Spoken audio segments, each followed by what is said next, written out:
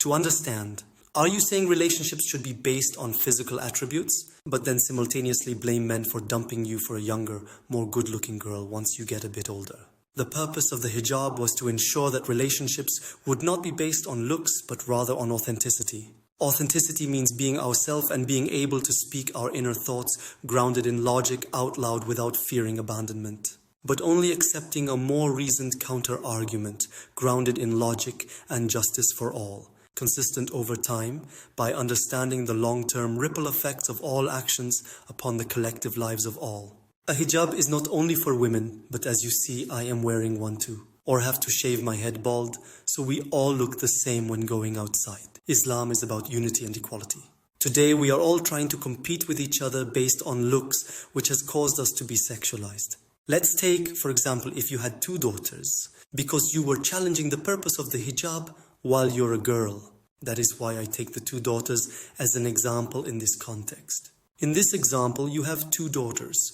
One is physically better looking, while the other is less good looking. The better looking one will have more attention because of her looks, which will risk attracting men who will ask for her hand because of her looks. This could make her feel disconnected later during the marriage, and worry that the relationship is based on looks rather than who she is beneath the glitter that the eyes can't see. On the other side, the less good-looking daughter might constantly be compared to her better-looking sister and start feeling ugly because she isn't getting any attention and no one sees her for who she is beneath that outside package.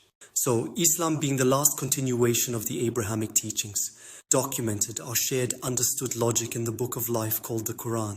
It was made to rhyme, so it would be easier to memorize and protect it from being exploited and manipulated by egotism. Unfortunately, today people lack the logical reasoning capabilities to understand the deeper logical reasoning it is trying to explain. Because it was made to sound poetic to be easier to rhyme and memorize, this came at the cost of clarity.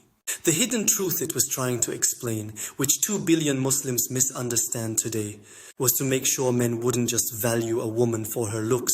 We would cover both daughters identically and even ask them not to wear any makeup to hide their beauty. This way, we forced men to have no other choice than to first meet the girl with a third person, who could be her brother or dad. This was to avoid the men trying to mislead the daughter, to play upon her emotions, to make her reveal herself before investing his time to truly know her. Now we hoped that he would start speaking with her on a deeper level, without focusing on her looks. If they can create a real bond by opening both their hearts to each other without even knowing how both people look. All they know is that it's a girl, and maybe they heard from her brother or the people that know her that she has an amazing personality.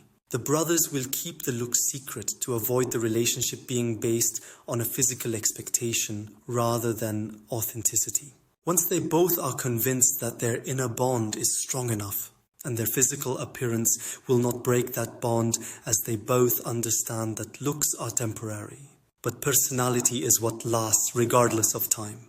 They can now make their final choice on whether they want to marry or not. If both are ready, then we ask them to reveal the veils and let them show themselves, hoping that the inner connection they made will be stronger than the outer shine they crave. They both will now get the time they need to reflect on their decisions.